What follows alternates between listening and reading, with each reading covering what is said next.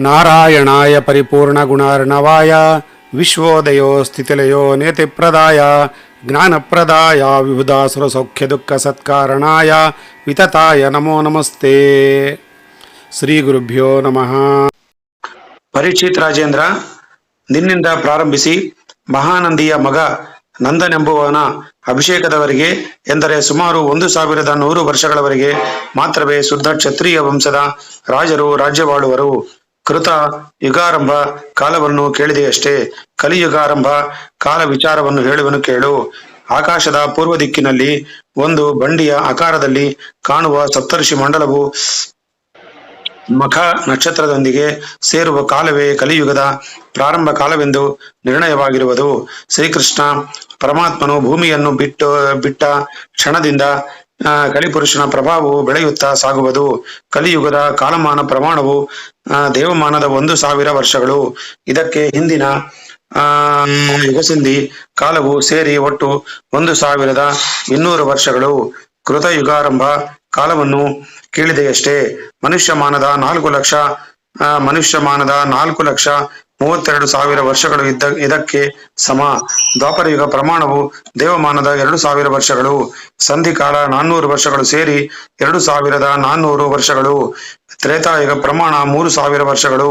ಈ ಯುಗಕ್ಕೆ ಹಿಂದೆ ಸಂಧಿಕಾಲ 600 ವರ್ಷಗಳು. ಕೃತಯುಗ ಪ್ರಮಾಣ ಕಾಲವು ಸಂಧಿಕಾಲ ಸೇರಿ 4800 ವರ್ಷಗಳು. ಈ ಕಲಿಯುಗಾಂತ್ಯದವರೆಗೆ ವರ್ಣಾಶ್ರಮಾಚಾರಗಳು ಅತಿ ನೀಚಾವಸ್ಥೆಯಲ್ಲಿ ಮುಂದುವರಿಯುವವು. ಕೃತ ಯುಗಾರಂಭ ಕಾಲದ ವರೆಗೆ ಶಂತನು ಚಕ್ರವರ್ತಿಯ ಸಹೋದರನಾದ ದೇವಾಪಿ ಎಂಬ ಚಂದ್ರವಂಶದ ರಾಜನು, ಇಕ್ಷ್ವಾಕು ಕುಲದ ಮರುತ್ತು ಎಂಬೊಬ್ಬ ರಾಜನು ಮಾತ್ರವೇ ತಮ್ಮ ಯೋಗ ಬಲದಿಂದ ಬದರಿಕಾಶ್ರಮದಲ್ಲಿ ಜೀವಂತವಿದ್ದು, ಕೃತಯುಗಾರಂಭ ಕಾಲದಲ್ಲಿ ಭಗವಂತನಿಂದ ವರ್ಣಾಶ್ರಮ ಧರ್ಮಗಳ ಉಪದೇಶ ಹೊಂದಿ ಅದನ್ನು ಲೋಕದಲ್ಲಿ ಬಿತ್ತರಿಸಿ ಧರ್ಮವನ್ನು ಪೂರ್ವ ಸ್ಥಿತಿಯಲ್ಲಿ ಉಳಿಸುವರು. ಈ ಚತುರ್ಯುಗಗಳು ದೇವಮಾನದ 12 ಸಹಸ್ರ ವರ್ಷಗಳ ಕಾಲ. ಲೋಕದ ಪ್ರಾಣಿ ವರ್ಗದಲ್ಲಿ ಗುಣ ಸ್ವಭಾವ ಭೇದಗಳಿಗೆ ಕಾರಣವಾಗಿ ಪ್ರವರ್ತಿಸುತ್ತಿರುವುದು. ಈ ಕಾಲಾವಧಿಯಲ್ಲಿ ಈ ಭೂಮಿಯು ಕೆಲವು ಭಾಗಗಳನ್ನು ಪಾಲಿಸಲು ಬರುವ ರಾಜರು ವಿವೇಕಹೀನರಾಗಿ ಈ ಭೂಮಿ ನನ್ನದು ತನ್ನದು ಎಂಬ ವ್ಯರ್ಥ ವ್ಯಾಮೋಹವನ್ನು ಹಚ್ಚಿಕೊಂಡು ಮದಾಂಧರರಾಗಿ ಕಾಲ ಕಳೆಯುವರು. ಪುಣ್ಯಲೇಶದಿಂದ ರಾಜ್ಯ ಸುಖಾನುಭವ ಮಾಡಿ ಕಾಲ ತೀರಲು ಸತ್ತು ಮಣ್ಣುಗೊಡುವರು. ಬದುಕಿರುವವರಿಗೆ ನನ್ನದು ತನ್ನದೆಂದು ಬಡಿದಾಡುತ್ತಿರುವ ಮಮತಾಂಧರಾದ ಈ ಯಾವ ರಾಜರನ್ನು ಭೂಮಿಯು ಅನುಸರಿಸಿ ಹೋಗುವುದಿಲ್ಲ. ಅವರು ಮಾತ್ರ ಅಜ್ಞಾನಂಧರಾಗಿ ಸಾಯುವಾಗಲೂ ಇದನ್ನು ಬಿಟ್ಟು ಹೋಗಬೇಕಲ್ಲ ಎಂದು ಹಲಬಿಕೊಳ್ಳುತ್ತಾ ಪ್ರಾಣ ಬಿಟ್ಟು ನರಕಕ್ಕೆ ಹೋಗುವರು. ಸತ್ತ ಮೇಲೆ ರಾಜನಾದರೇನು, ಸೇವಕನಾದರೇನು, ಎಲ್ಲರ ದೇಹಗಳು ಭಸ್ಮವಾಗಿಯೇ ಕ್ರಿಮಿಕೀಟಗಳ ಪಾಲಾಗಿ ಮಣ್ಣಾಗಿಯೇ ಕೊಳೆತು ಅಮೇಧ್ಯವಾಗಿಯೂ ಪರಿಣಾಮ ಹೊಂದುವುದು ತಪ್ಪದು. ಅಪ್ಪು, ಪೃಥ್ವಿ, ತೇಜಸ್ಸು ಎಂಬಿ 3 ದ್ರವ್ಯಗಳಿಂದ ಏರ್ಪಟ್ಟಿರುವ ಈ ದೇಹವನ್ನೇ ಆತ್ಮವೆಂದು ತಿಳಿದಿರುವ ಮೂಢರು ಈ ಭೂಮಿಯನ್ನು ತಮ್ಮದೆಂದೇ ಭ್ರಮಿಸಿದ್ದು, ಪ್ರಾರಬ್ಧ ಕರ್ಮವು ತೀರಿದೊಡನೆಯೇ ಎಲ್ಲವನ್ನೂ ಇಲ್ಲಿಯೇ ಬಿಟ್ಟು ಹೊರಡವರು. ಕೆಲವರು ರಾಜರಾದರು ಮದಾಂಧರಾಗಿ ಸೈನ್ಯ ಸಂಭಾರಗಳನ್ನು ಲಕ್ಷಾಂತರ ಸಂಖ್ಯೆಯಿಂದ ಸೇರಿಸಿ ಇಂದು ಈ ರಾಜ್ಯವನ್ನು ಜಯಿಸಿದೆ, ನಾಳೆ ಮತ್ತೊಂದು ರಾಜ್ಯವನ್ನು ಗೆಲ್ಲಬೇಕು, ಸಮುದ್ರವನ್ನು ದಾಟಿ ಮತ್ತೊಂದು ದ್ವೀಪಾಂತರದಲ್ಲೂ ಆಧಿಪತ್ಯವನ್ನು ಸ್ಥಾಪಿಸಬೇಕು ಎಂದು ಎಂದಿಗೂ ಕೊನೆಗೊಳ್ಳದ ಆಶಾ ಮೋಹಗಳಿಂದ ಬಂಧಿತರಾಗಿ ವ್ಯರ್ಥ ಪ್ರಯತ್ನಗಳೆಲ್ಲ ಕಾಲ ಕಳೆಯುತ್ತಾ ನಾಶವಾಗುವರು. ರಾಜ್ಯಗಳ ವಿಚಾರವಂತಿರಲಿ. ಅಂಗುಲ, ಗೇಣು, ಚೋಟು, ಭೂಭಾಗಗಳನ್ನು ಸಹ ನನ್ನದು ತನ್ನದೆಂಬ ಮೋಹದಿಂದ ಬಿಡಲಾರದೆ ಮೂಢ ಜನರು ಹೊಡೆದಾಡುತ್ತಾ ಅದಕ್ಕಾಗಿ ಪ್ರಾಣಗಳನ್ನು ಕಳೆದುಕೊಳ್ಳುವರು. ಈ ಭೂಮಿ ನಿನ್ನದಲ್ಲ, ನನ್ನದು, ಇದಕ್ಕೆ ನಾನೇ ಬಾಧ್ಯಸ್ಥನು ಎಂದು ವಾದ ಮಾಡುತ್ತಾ ಆ ಸೌಮ್ಯವನ್ನು ಸ್ಥಾಪಿಸಿಕೊಳ್ಳಲು ಶಾಸನಗಳನ್ನು ಬರೆದಿರಿಸಿಕೊಳ್ಳುವರು. ಪೃಥು, ಪುರೂರವ, ಗಾಧಿ, ನಹುಷ, ಭರತ, ಕಾರ್ತವೀರ್ಯಾರ್ಜುನ, ರಘು, ಯಯಾತಿ, ಶಂತನು, ಭಗೀರಥ, ಕುವಲಯಾಸ್ವ, ನಳ, ಮಾಂದಂತಾದಿ ರಾಜರು, ಹಿರಣ್ಯಕಶಿಪು, ವೃತ್ರ, ರಾವಣ, ನಮುಚಿ, ಶಂಬರ, ನರಕ ಮುಂತಾದ ಎಷ್ಟು ಮಂದಿ ದೈತ್ಯರು ಈ ಭೂಮಿಯನ್ನು ನನ್ನದು ತನ್ನದು ಎಂದುಕೊಂಡೇ ವಾಳಿದವರಾದರೂ ಯಾರ ಹಿಂದೆಯೂ ಈ ಭೂಮಿ ಹೋಗಲಿಲ್ಲವಲ್ಲವೇ? ಇದು ಪೂರ್ವರಾಜರ ಚರಿತ್ರೆಗಳಿಂದ ಇಷ್ಟು ಸ್ಪಷ್ಟವಾಗಿದ್ದರೂ ಮೂಢರ ಈ ವ್ಯರ್ಥ ವ್ಯಾಮೋಹವನ್ನು ಕಂಡು ಭೂದೇವಿಯು ಅವರ ಅಜ್ಞಾನಕ್ಕಾಗಿ ಮರುಗುತ್ತಾ ಹಸುನ್ಮುಖರಾಗಿ ಗಹಗಹಿಸಿ ನಗುತ್ತಿರುವಳು. ರಾಜೇಂದ್ರ, ಈ ರಾಜ್ಯ ಭೋಗಗಳು, ಆಳ್ವಿಕೆ, ಆಡಳಿತಗಳೆಂಬುವು ಎಷ್ಟು ಅಶಾಶ್ವತವಾದವುಗಳು ಎಂದು ತಿಳಿಸುವುದಕ್ಕಾಗಿಯೇ ನಿನಗೆ ಈ ಪೂರ್ವ ರಾಜರುಗಳ ವೃತ್ತಾಂತವನ್ನೆಲ್ಲ ಹೇಳಿದನು. ಈ ಐಹಿಕ ಜೀವಿತ ಕಾಲದಲ್ಲಿ ಭಗವಂತನ ಗುಣಗಳ ಅನುಸಂಧಾನದಿಂದ ಭಕ್ತಿಯೋಗವನ್ನು ಬೆಳೆಸಿಕೊಳ್ಳುವುದೊಂದೇ ಸಾರಭೂತವಾದುದು. ಶ್ರೀಹರಿಯ ನಾಮ ಮಹಿಮೆಗಳನ್ನು ಕೀರ್ತಿಸುತ್ತಿರುವುದೆಂದು ಸಾರ್ಥಕವಾದ ಕಾರ್ಯವು, ಇದನ್ನು ತಿಳಿ ಎಂದು ಶ್ರೀ ಶುಕಾಚಾರ್ಯರು ಪರೀಕ್ಷಿತ್ ರಾಜನನ್ನು ಕುರಿತು ಹೇಳಿದರು. ಆಗ ರಾಜನು, ಮುನೀಂದ್ರರೇ, ಕಲಿದೋಷವು ದಿನದಿನಕ್ಕೆ ಹೀಗೆಯೇ ಬೆಳೆಯುತ್ತಾ ಹೋಗುತ್ತಿದ್ದರೆ ಮುಂದೆ ಲೋಕದ ಗತಿಯೇನು? ಈ ಕಲಿಬಾಧೆಯಿಂದ ತಪ್ಪಿಸಿಕೊಳ್ಳುವ ಉಪಾಯವೇನಾದರೂ ಉಂಟೆ ಎಂದು ದಯವಿಟ್ಟು ತಿಳಿಸಬೇಕು. ಅಲ್ಲದೆ ಕೃತ ತ್ರೇತಾದಿ ಚತುರ್ಯುಗಗಳ ಸ್ವರೂಪವನ್ನು, ಆಯಾ ಯುಗಧರ್ಮಗಳನ್ನು, ಪ್ರಳಯವಾಗುವ ರೀತಿಯನ್ನು, ಕಾಲರೂಪಿಯಾದ ಪರಮಾತ್ಮನ ಪ್ರವೃತ್ತಿಯನ್ನು ತಿಳಿಯಬೇಕೆಂಬ ಅಪೇಕ್ಷೆ ಇದೆ, ಅನುಗ್ರಹಿಸಬೇಕು ಎಂದನು. ಶುಕಮುನೀಂದ್ರರು, ರಾಜೇಂದ್ರ, ಕೇಳು. ಕೃತಯುಗವು ಚತುರ್ಯುಗಗಳಲ್ಲಿ ಮೊದಲನೆಯದು. ಅದು ಧರ್ಮಯುಗವೆಂಬೇ ಕರೆಯಲ್ಪಟ್ಟಿದೆ. ಆಗ ಸತ್ಯ, ಧರ್ಮ, ದಯೆ, ತಪಸ್ಸು, ದಾನಗಳೆಂಬ ಈ ಧರ್ಮಗಳು 4 ಪಾದಗಳಿಂದ ಎಂದರೆ ಪರಿಪೂರ್ಣ ರೀತಿಯಿಂದ ಈ ಕಾಲದ ಜನಗಳ ನಡವಳಿಕೆಯಲ್ಲಿ ನೆಲೆಗೊಂಡಿರುವವು. ಆ ಕಾಲದ ಜನರು ಸ್ವಾಭಾವಿಕವಾಗಿ ದಯಾಳುಗಳು, ನಿತ್ಯ ಸಂತುಷ್ಟರು, ಸರ್ವಭೂತ ದಯಾಪರರು, ಶಾಂತರು, ದಾತರು, ಸುಖ ದುಃಖಾದಿ ದ್ವಂದ್ವಗಳನ್ನು ಸಹಿಸತಕ್ಕವರು, ವಿಷಯಾಭಿಲಾಷೆಯಲ್ಲಿ ಹೆಚ್ಚು ಗಮನವಿಲ್ಲದೆ ಆತ್ಮಾನುಸಂಧಾನದಲ್ಲಿ ಆನಂದಿಸತಕ್ಕವರು, ಸರ್ವರಲ್ಲೂ ಭಗವದಾತ್ಮಕ ದೃಷ್ಟಿಯನ್ನು ಸಮದೃಷ್ಟಿಯುಳ್ಳವರು ಆಗಿರುವರು, ಯೋಗ ನಿಷ್ಠೆಗಳಲ್ಲಿ ದೇಹದಂಡನೆ ಮಾಡಲು ಅಲಸಿಕೆಯಿಲ್ಲದವರು ಆಗಿರುವವರು. ಎರಡನೆಯದಾದ ತ್ರೇತಾಯುಗವು ಪ್ರಾರಂಭವಾಗುತ್ತಿರುವಂತೆಯೇ ಮೇಲ್ಕಂಡ 4 ಧರ್ಮಗಳಲ್ಲೂ ಒಂದೊಂದು ಪಾದ, ಪಾಲು ಕಡಿಮೆಯಾಗುತ್ತಾ ಬಂದು ಅಧರ್ಮ ಪಾದಗಳೆನಿಸಿಕೊಂಡ ಅನೃತ, ಹಿಂಸೆ, ಅಸಂತುಷ್ಟಿ, ಭೂತದ್ರೋಹಗಳೆಂಬಿ 4 ತಲೆದೂರುವವು. ಆ ಯುಗದಲ್ಲಿ ಜನರು ಪ್ರಾಯಕವಾಗಿ ಕರ್ಮನಿಷ್ಠೆಯುಳ್ಳವರಾಗಿರುವರು. ಪ್ರಾಣಹಿಂಸೆ, ವಿಷಯಾಸಕ್ತಿಗಳು ಕಂಡುಬಂದರೂ ಮಿತಿಯಲ್ಲಿರುವವು. ಜನತೆಯು ಪುರುಷಾರ್ಥಗಳಲ್ಲಿ ಧರ್ಮಾರ್ಥ ಕಾಮಗಳನ್ನೇ ಹೆಚ್ಚು ಮೆಚ್ಚಿಕೊಂಡಿದ್ದು ವೈದಿಕ ಕರ್ಮಗಳಲ್ಲಿ ನಿಷ್ಠೆಯುಳ್ಳವರಾಗಿರುವರು. ಆ ಯುಗದಲ್ಲಿ ಬ್ರಾಹ್ಮಣ ಜಾತಿಗೆ ಹೆಚ್ಚು ಪ್ರಾಧಾನ್ಯತೆ ಇರುವುದು. ಅದರ ಮುಂದಿನ ದ್ವಾಪರ ಯುಗವು ತಪಸ್ಸು, ದಾನ, ಸತ್ಯ, ದಯೆ ಎಂಬಿ 4ರಲ್ಲಿ 2 ಪಾದಗಳನ್ನಷ್ಟು ಕಳೆದುಕೊಂಡು ಅನೃತ, ಹಿಂಸೆ, ಅಸಂತುಷ್ಟಿ, ದ್ವೇಷವೆಂಬಿ ಅಧರ್ಮ ಪಾದಗಳಲ್ಲಿ ಅರ್ಧದಷ್ಟನ್ನು ಹೆಚ್ಚಿಸಿ ಕೊಂಡಿರುವುದು. ಆ ಯುಗದ ಜನರಲ್ಲಿ ಯಶಃ ಕಾಮನೆಯು ಹೆಚ್ಚಿರುವುದು. ಜನರು ಭಾಗ್ಯಶಾಲಿಗಳು, ಶ್ರೋತ್ರಿಯರು, ದೊಡ್ಡ ದೊಡ್ಡ ಯಜ್ಞ ಕಾರ್ಯಗಳಲ್ಲಿ ತೊಡಗಿ ಕುಟುಂಬ ಜೀವನದಲ್ಲಿ ಹೆಮ್ಮೆಗೊಂಡು ಮಹಾ ಕಾರ್ಯಗಳಲ್ಲಿ ನಿರತರಾಗಿರುವರು. ಆ ಯುಗದಲ್ಲಿ ಬ್ರಾಹ್ಮಣ ಮತ್ತು ಕ್ಷತ್ರಿಯ ಜಾತಿಗಳೆರಡು ಪ್ರಾಧಾನ್ಯತೆ ಹೊಂದಿರುವವು. ಮುಂದೆ ಕಲಿಯುಗದಲ್ಲಾದರೂ ದಯೆ, ಸತ್ಯ, ತಪ, ದಾನಾದಿಗಳಿಗೆ ಕಾಲು ಭಾಗ ಮಾತ್ರವೇ ಪ್ರಾರಂಭದ ಕೆಲ ಕಾಲ ಕಂಡು ಬರುವುದಾದರೂ ಮುಂದೆ ಅಷ್ಟು ಭಾಗವು ಲೋಪವಾಗಿ ಅಧರ್ಮ ಪಾದಗಳೇ ಸಂಪೂರ್ಣವಾಗಿ ಕಂಡು ಬರುವವು.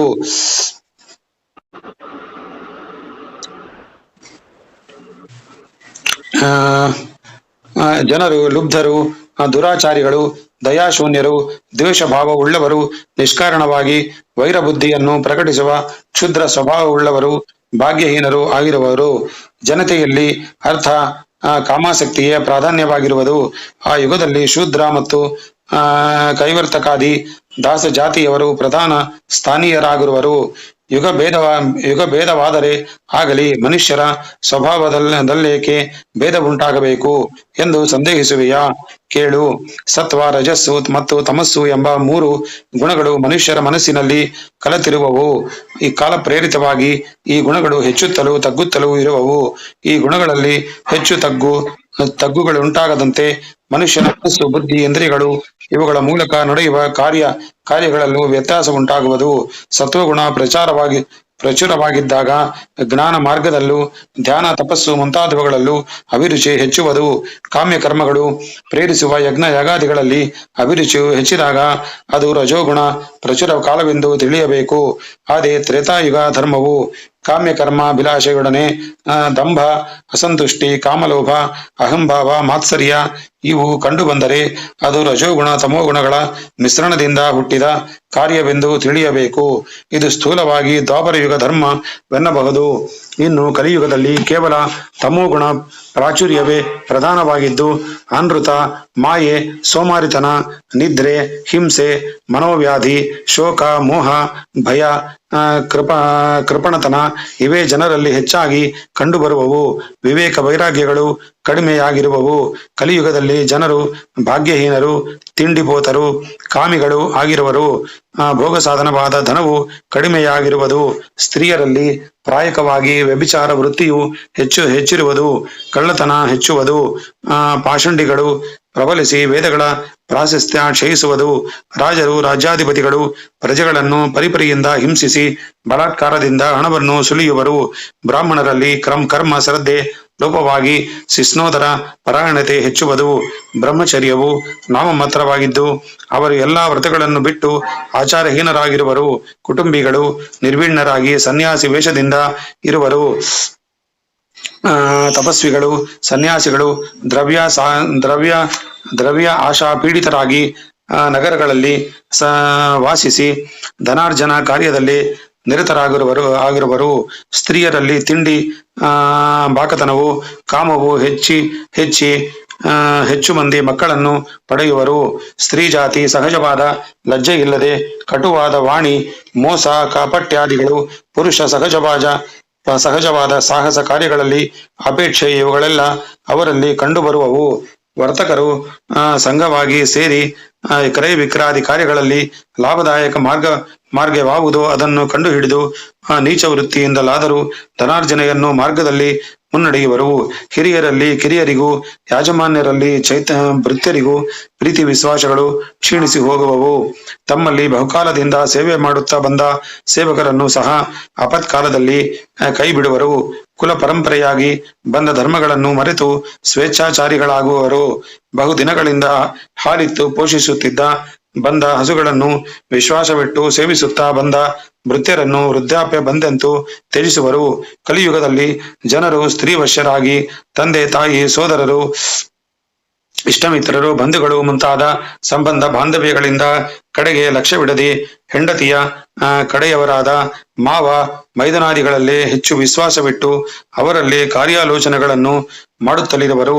ಶೂದ್ರರು ತಪಸ್ಸು, ವಿದ್ಯೆ, ಪ್ರತಿಗ್ರಹಾದಿ ಬ್ರಾಹ್ಮಣ ವೃತ್ತಿಗಳನ್ನು ಅನುಕರಿಸುತ್ತಾ ಜೀವಿಸುವರು. ಧರ್ಮಗಂಧವನ್ನೇ ತಿಳಿಯದವರು ಗುರುಪೀಠಗಳನ್ನೇರಿ ಧರ್ಮೋಪದೇಶರಾಗುವರು. ಪ್ರಜೆಗಳ ಮನಸ್ಸು ಶಾಂತಿ ಇಲ್ಲದೆ ಇರುವುದು. ಜನರು ಅನಾವೃಷ್ಟಿ, ದುರ್ಭಿಕ್ಷ, ರಾಜಬಾಧೆ ಇವುಗಳಿಂದ ಪೀಡಿತರಾಗಿ ಹೊಟ್ಟೆಗಿಲ್ಲದೆ ದುಃಖಕ್ಕೀಡಾಗುವರು. ಸುಖ ಜೀವನವು ನಷ್ಟವಾಗುವುದು. ಜನರು ಕಂಗಾಲಾಗಿ ಹೀನ ದಾರಿದ್ರ್ಯಾವಸ್ಥೆಯಿಂದ ಪಿಶಾಚಿಗಳಂತೆ ಅಲೆಯತೊಡಗುವರು. ಜನರು ಕೇವಲ ಕಾಸು ವೀಸಗಳಿಗಾಗಿ ಜಗಳವನ್ನಾರಂಭಿಸಿ ಬಂಧು ಮಿತ್ರರೆಂಬ ದಯಾ ದಾಕ್ಷಿಣ್ಯಗಳನ್ನು ಮರೆತು ಕೊಲ್ಲುವವರಿಗೂ ದ್ವೇಷ ಸಾಧಿಸಿ ತಾವು ಪ್ರಾಣ ಬಿಡುವರು. ಯುವಕರು ಸಹ ಸ್ವಸುಖದಲ್ಲೇ ತೆರೆತರಾಗಿ ವೃದ್ಧರಾದ ತಂದೆ ತಾಯಿಗಳ ಯೋಗಕ್ಷೇಮವನ್ನಾಗಲಿ, ಕೈ ಹಿಡಿದ ಹೆಂಡತಿ, ಹೆತ್ತ ಮಕ್ಕಳು ಇವರನ್ನು ಪೋಷಿಸಬೇಕೆಂಬ ಹೊಣೆಗಾರಿಕೆಯನ್ನಾಗಲಿ ಮರೆತು ಶಿಷ್ಣೋದರ ಪರಾಯಣರಾಗುವರು. ಪಾಷಂಡಿಗಳು ಎಲ್ಲೆಲ್ಲೂ ಹೆಚ್ಚಿ ಅವರ ಬೋಧನೆಯ ಪ್ರಾಬಲ್ಯದಿಂದ ವಿಷ್ಣು ಭಕ್ತಿಯ ಲೋಪಗೊಳ್ಳುವುದು. ತ್ರೈಲೋಕ್ಯನಾಥನು ಲೋಕಗುರುವು ಬ್ರಹ್ಮಾದಿಗಳಿಂದ ಪೂಜಿತ ಪಾದಪದ್ಮವುಳ್ಳವನು ಆದ ಶ್ರೀ ವಿಷ್ಣುವನ್ನು ಪೂಜಿಸುವವರ ಸಂಖ್ಯೆ ಬರುತ್ತಾ ಕಡಿಮೆಯಾಗುವುದು. ಪರಮ ದುಃಖಿತನಾಗಲಿ, ಪರಮ ಪಾಪಿಯಾಗಲಿ, ಮರಣಾವಸ್ಥೆಯಲ್ಲ ಇರುವನಾಗಲಿ, ಆಚಾರ ಭ್ರಷ್ಟನಾಗಲಿ, ಬಾಯಿ ತಪ್ಪಿಯಾದರೂ ಒಮ್ಮೆ ಯಾವ ದೇವೋತ್ತಮನ ನಾಮೋಚ್ಚರಣ ಮಾತ್ರದಿಂದ ಪ್ರಾರಬ್ಧಾದಿ ದೋಷಗಳಿಂದ ಮುಕ್ತನಾಗಿ ಉತ್ತಮ ಗತಿಯನ್ನು ಹೊಂದಬಹುದು. ಅಂತಹ ಪುರಾಣ ಪುರುಷೋತ್ತಮ ಶ್ರೀಮನ್ನಾರಾಯಣನ ನಾಮವನ್ನೇ ಮರೆತು ವ್ಯರ್ಥ ಜೀವಿಗಳಾಗುವರು. ರಾಜೇಂದ್ರ, ಇಂತಹ ದುರಂತ ಕಾಲದಲ್ಲಿ ಈ ಕಲಿದೋಷವನ್ನು ನೀಗುವ ಉಪಾಯವೇನೆಂದು ಕೇಳಿದೆಯಲ್ಲವೇ? ಹೇಳುವೆನು ಕೇಳು. ಕಲಿಯುಗವು ಸರ್ವ ವಿಧಗಳಿಂದಲೂ ದುಷ್ಟವಾಗಿದ್ದರೂ ಇದೊಂದು ವಿಚಾರದಲ್ಲಿ ಅದನ್ನು ಉತ್ತಮವಾದುದೆಂದು ಶ್ಲಾಘಿಸಬಹುದಾಗಿದೆ. ಈ ಕಲಿಯುಗದಲ್ಲಿ ಪರಮ ದಯಾಳುವಾದ ಶ್ರೀಹರಿಯ ಸ್ಮರಣೆ ಮಾತ್ರವೇ ಜನರ ಮನಸ್ಸಿನ ಸಕಲ ದೋಷಗಳನ್ನು, ದ್ರವ್ಯ ದೇಶಕಾಲ ಸಂಬಂಧವಾದ ಸಕಲ ಕಲಿದೋಷಗಳನ್ನು ನೀಗಿಸುವುದು. ಆ ಶ್ರೀಮನ್ನಾರಾಯಣನ ದಿವ್ಯ ಮಂಗಳ ನಾಮವನ್ನು ಒಂದಾವರ್ತಿ ಕಿವಿಯಿಂದ ಕೇಳಿದರೂ ಬಾಯಿಂದ ಉಚ್ಚರಿಸಿದರು, ಮನಸ್ಸಿನಿಂದ ಧ್ಯಾನಿಸಿದರು, ಪೂಜಿಸಿದರು, ಆದರಿಸಿದರು ಸಾಕು. ಅಂತಹ ಮನುಷ್ಯನ ಜನ್ಮಾಂತರಾರ್ಜಿತ ಪಾಪಗಳು, ಅಶುಭ ಕರ್ಮಗಳು ನೀಗುವವು. ವಿಷ್ಣುಮೂರ್ತಿಯ ತನ್ನನ್ನು ಧ್ಯಾನಿಸುವ ತಕ್ಕವರ ಹೃದಯದಲ್ಲಿದ್ದು ಅಗ್ನಿಯು ಇತರ ಲೋಹಗಳೊಂದಿಗೆ ಬೆರೆದು ಕಲುಷಿತವಾಗಿದ್ದ ಬಂಗಾರವನ್ನು ಶುದ್ಧಿಗೊಳಿಸುವಂತೆ ಅವನ ಮನಸ್ಸು, ಬುದ್ಧಿ, ಇಂದ್ರಿಯಗಳು, ದೇಹ ಇವುಗಳನ್ನೆಲ್ಲ ಪರಿಶುದ್ಧಗೊಳಿಸುವನು. ಹೀಗೆ ಶ್ರೀಹರಿ ಧ್ಯಾನದಿಂದ ಉಂಟಾಗುವ ಶುದ್ಧಿಯು ವಿದ್ಯೆ, ತಪಸ್ಸು, ಪ್ರಾಣಾಯಾಮ, ಭೂತದಯೆ, ತೀರ್ಥಾಟನೆ, ಉಪವಾಸಾದಿ ವ್ರತಗಳು, ದಾನ ಧರ್ಮ, ಜಪಾದಿಗಳು ಮುಂತಾದ ಯಾವುದರಿಂದಲೂ ಮತ್ತಾವ ಉಪಾಯದಿಂದಲೂ ಆಗಲಾರದು. ಆದುದರಿಂದ ಎಲೈ ಪರೀಕ್ಷಿತ್ ರಾಜ, ನೀನು ಸರ್ವ ವಿಧದಿಂದಲೂ ಆ ಶ್ರೀಹರಿಯನ್ನು ಬಿಡದೆ ಹೃದಯದಲ್ಲಿ ಧರಿಸಿ ನಾಮ ಧ್ಯಾನ ಪರಾಯಣನಾಗಿರು. ಮರಣ ಕಾಲದಲ್ಲೂ ಎಚ್ಚರೆ ತಪ್ಪದೆ ಶ್ರೀಹರಿ ಧ್ಯಾನದಿಂದ ಉಂಟಾಗುವ ಶುದ್ಧಿಯು ವಿದ್ಯೆ, ತಪಸ್ಸು, ಪ್ರಾಣಾಯಾಮ, ಭೂತದಯೆ, ತೀರ್ಥಾಟನೆ, ಉಪವಾಸಾದಿ ವ್ರತಗಳು, ದಾನ ಧರ್ಮ, ಜಪಾದಿಗಳು ಮುಂತಾದ ಯಾವುದರಿಂದಲೂ ಮತ್ಯಾವ ಉಪಾಯದಿಂದಲೂ ಆಗಲಾರದು. ಆದುದರಿಂದ ಎಲೈ ಪರೀಕ್ಷಿತ್ ರಾಜ, ನೀನು ಸರ್ವ ವಿಧದಿಂದಲೂ ಆ ಶ್ರೀಹರಿಯನ್ನು ಬಿಡದೆ ಹೃದಯದಲ್ಲಿ ಧರಿಸಿ ನಾಮ ಧ್ಯಾನ ಪರಾಯಣರಾಗಿರು. ಮರಣ ಕಾಲದಲ್ಲೂ ಎಚ್ಚರಿ ತಪ್ಪದೆ ಶ್ರೀಹರಿ ಧ್ಯಾನ ನಿರತರಾಗಿದ್ದರೆ ಯಾವ ಕಲಿದೋಷವು ಅಂಟದಿರುವುದು ಮಾತ್ರವಲ್ಲ, ಉತ್ತಮೋತ್ತಮ ಗತಿಯು ಲಭ್ಯವಾಗುವುದು. ಸರ್ವದಾ ಪರಧ್ಯಾನ ಹರಿಧ್ಯಾನ ಪರನಾಗಿರಬೇಕಾದುದು ಅವಶ್ಯಕವಾದರೂ ಮರಣಕಾಲದಲ್ಲಂತೂ ಪ್ರತಿಯೊಬ್ಬನು ಶ್ರೀಮನ್ನಾರಾಯಣನ ದಿವ್ಯ ನಾಮವನ್ನು ಮರೆಯದೆ ಧ್ಯಾನಿಸಬೇಕು. ಈ ಕಲಿಯುಗವು ಈವರೆಗೆ ಹೇಳಿದಂತೆ ಸಕಲ ವಿಧ ದೋಷಗಳಿಗೂ ನಿಧಿಯಾಗಿದ್ದರೂ ಇದರಲ್ಲಿರುವ ಒಂದು ಉತ್ತಮ ಗುಣವೆಂದರೆ ಕೇವಲ ಶ್ರೀಕೃಷ್ಣ ನಾಮ ಸಂಕೀರ್ತನ ಮಾತ್ರದಿಂದಲೇ ಮನುಷ್ಯನು ಬಂಧಮುಕ್ತನಾಗುವ ಸೌಲಭ್ಯದಿಂದ ಕೂಡಿರುವುದು. ಕೃತಯುಗದಲ್ಲಿ ಧ್ಯಾನ ಯೋಗದಿಂದಲೂ, ತ್ರೇತಾಯುಗದಲ್ಲಿ ಯಜ್ಞ ಯಾಗಾದಿಗಳಿಂದಲೂ, ದ್ವಾಪರ ಯುಗದಲ್ಲಿ ಭಗವತ್ ಪೂಜಾ ಆರಾಧನೆಗಳಿಂದಲೂ ಎಂತಹ ಫಲವು ಲಭ್ಯವಾಗುವುದು ಅದು ಕಲಿಯುಗದಲ್ಲಿ ಶ್ರೀಹರಿ ನಾಮ ಸಂಕೀರ್ತನ ಮಾತ್ರದಿಂದಲೇ ಲಭ್ಯವಾಗುವುದು. ಮನುಷ್ಯ ಮಾತ್ರನಿಗೆ ಇದಕ್ಕಿಂತ ಹೆಚ್ಚಿನ ಸೌಭಾಗ್ಯವಿನ್ನೇನು ಬೇಕು? ರಾಜೇಂದ್ರ, ಕಾಲವಿಭಾಗ, ಯಾಗ, ಆ ಯುಗ ಪರಿಮಾಣಗಳನ್ನು ಕುರಿತು ಈವರೆಗೆ ಹೇಳಲಾಗಿದೆಯಷ್ಟೇ. ಪ್ರಕೃತ ಕಲ್ಪಗಳು ಮತ್ತು ಪ್ರಳಯಗಳ ವಿಚಾರವನ್ನು ತಿಳಿಸುವೆನು ಕೇಳು. ಕಲ್ಪಗಳಲ್ಲಿ ದೈನಂದಿನ ಕಲ್ಪವೆಂದು ಮಹಾಕಲ್ಪವೆಂದು ಎರಡು ಭೇದಗಳುಂಟು. ಪ್ರಳಯಗಳಲ್ಲಿ ನಿತ್ಯ, ನೈಮಿತ್ತಿಕ, ಪ್ರಾಕೃತಿಕ, ಅಂತ್ಯತಿಕ ಪ್ರಳಯಗಳೆಂದು 4 ಭೇದಗಳುಂಟು. ಈ ಮೊದಲೇ ಹೇಳಿರುವಂತೆ ಮನುಷ್ಯಮಾನದ ಕೃತ, ತ್ರೇತ, ದ್ವಾಪರ, ಕಲಿ ಎಂಬ ಚತುರ್ಯುಗಗಳು 1 ಸಹಸ್ರ ಬಾರಿ ಸುತ್ತಿಸಿದರೆ ಆಗ ಬ್ರಹ್ಮನಿಗೆ ಒಂದು ಹಗಲಾಗುವುದು.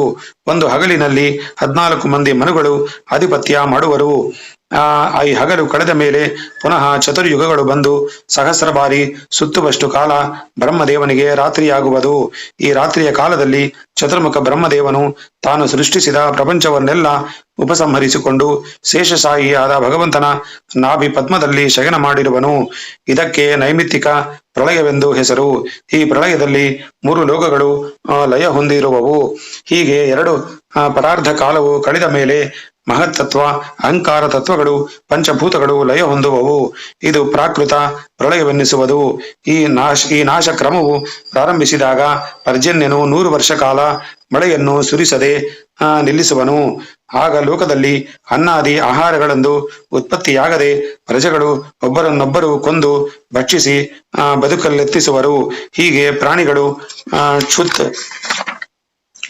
ಪಿಪಾಸಿಗಳಿಂದ ಲಯ ಹೊಂದುತ್ತಿರುವಾಗ ಸೂರ್ಯನು ಸಮುದ್ರದಲ್ಲೂ ಭೂಮಿಯ ಜಲಾಶಯಗಳಲ್ಲೂ ಪ್ರಾಣಿಗಳ ದೇಹಗಳಲ್ಲೂ ಇರುವ ಜಲವನ್ನೆಲ್ಲ ಶೋಷಿಸಿ ಪುನಃ ಹೊರಕ್ಕೆ ಬಿಡದೆ ಯಾವುದೋ ಉಳಿಯದಂತೆ ಎಲ್ಲವನ್ನೂ ತನ್ನ ತೀಕ್ಷ್ಣ ಕಿರಣಗಳಿಂದ ದಹಿಸಿ ಬಿಡುವನು.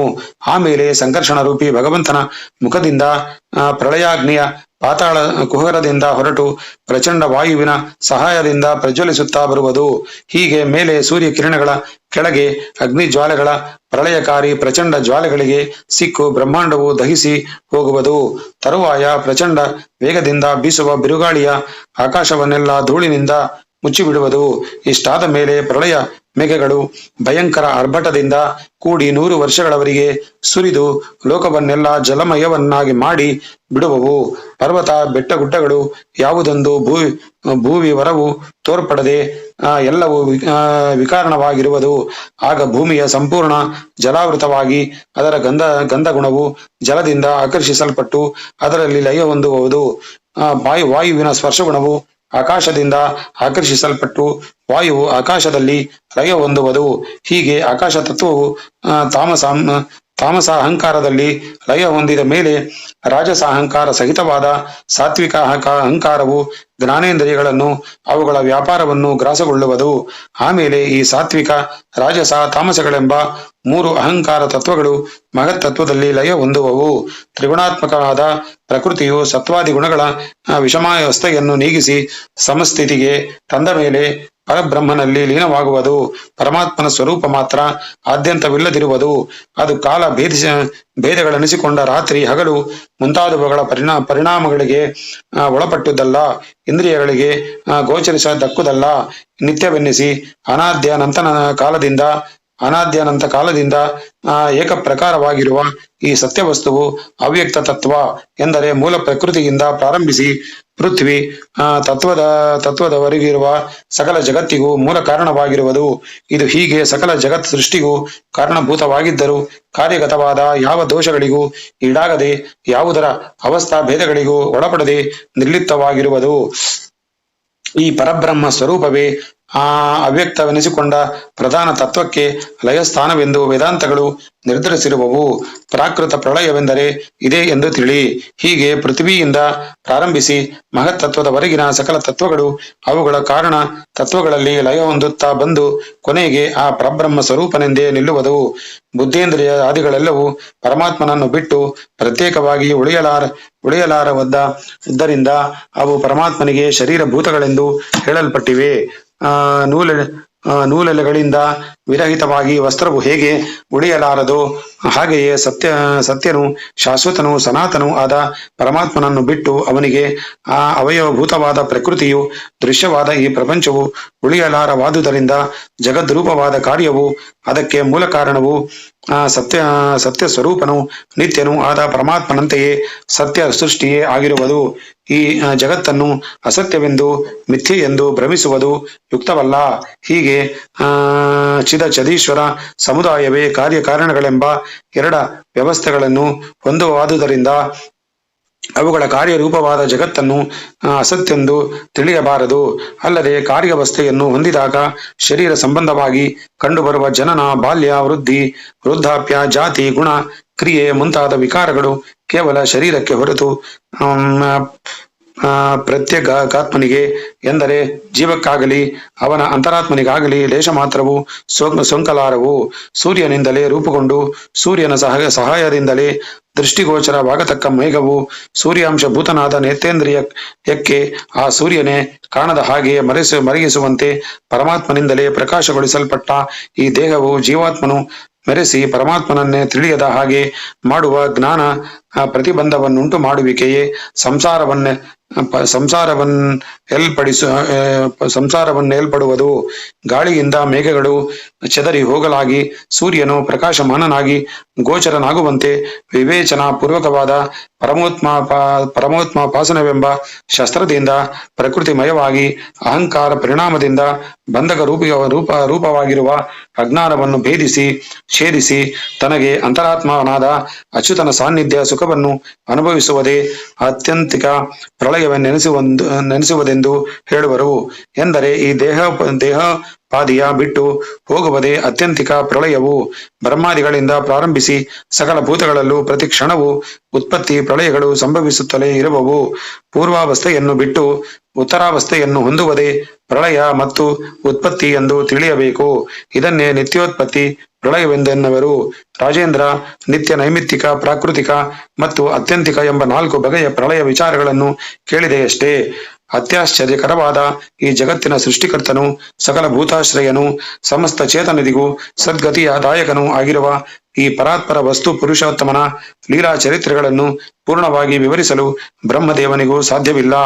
ತಾಪತ್ರಯದಿಂದ ಪೀಡಿತರಾಗಿ ಸಂಸಾರ ಸಮುದ್ರದಿಂದ ಪಾರಾಗಬೇಕೆಂಬ ಅಪೇಕ್ಷೆಯುಳ್ಳವರಿಗೆ ಭಗವತ್ ಕಥಾ ಶ್ರವಣಕ್ಕಿಂತಲೂ ಬೇರೊಂದು ಉಪಾಯವು ಮತ್ತೆಲ್ಲೂ ಕಂಡುಬಾರದು.